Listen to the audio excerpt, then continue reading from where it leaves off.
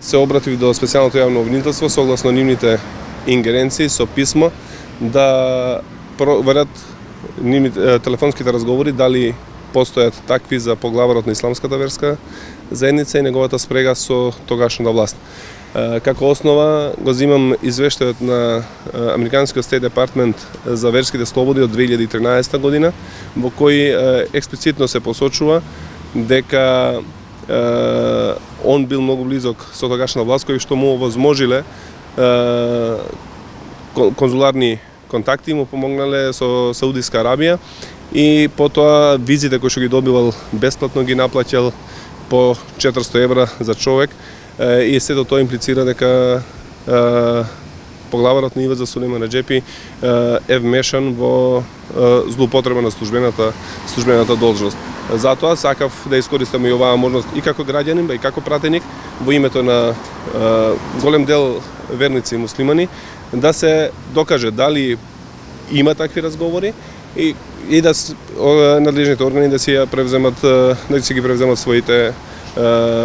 мерки согласно законот и уставот на Република Македонија. Јас ова прашање го покренав пред речиси 1 месец во собранието и секако немам намера да застанам се додека вистината не излезе во виделина. Поглаварот на ИВЗ се уште не дава никаков одговор за сето тоа што го кажа како сомневање од собраниска говорница. Постојат ли докази за ова? Секако има многу луѓе кои што тоа го потврдуваат. Значи не се работи за еден или двајца луѓе кои што идат на Аџилак. Секоја година стотици луѓе верници од Македонија патуваат за Саудиска Арабија и секако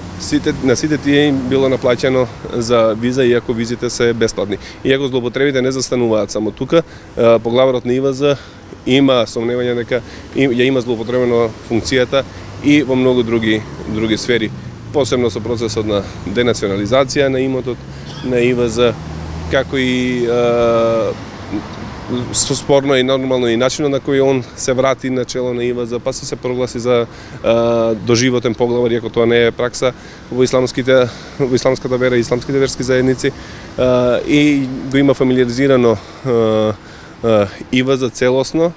си прави буквално што си сака и се понаша како да он е над законите. Но затоа постојат институции кои што тоа ќе го проверат и рековме дека ние се бориме за едно општество каде што сите ќе бидеме еднакви пред законите и нема да може никој да се крие зад позицијата која што има.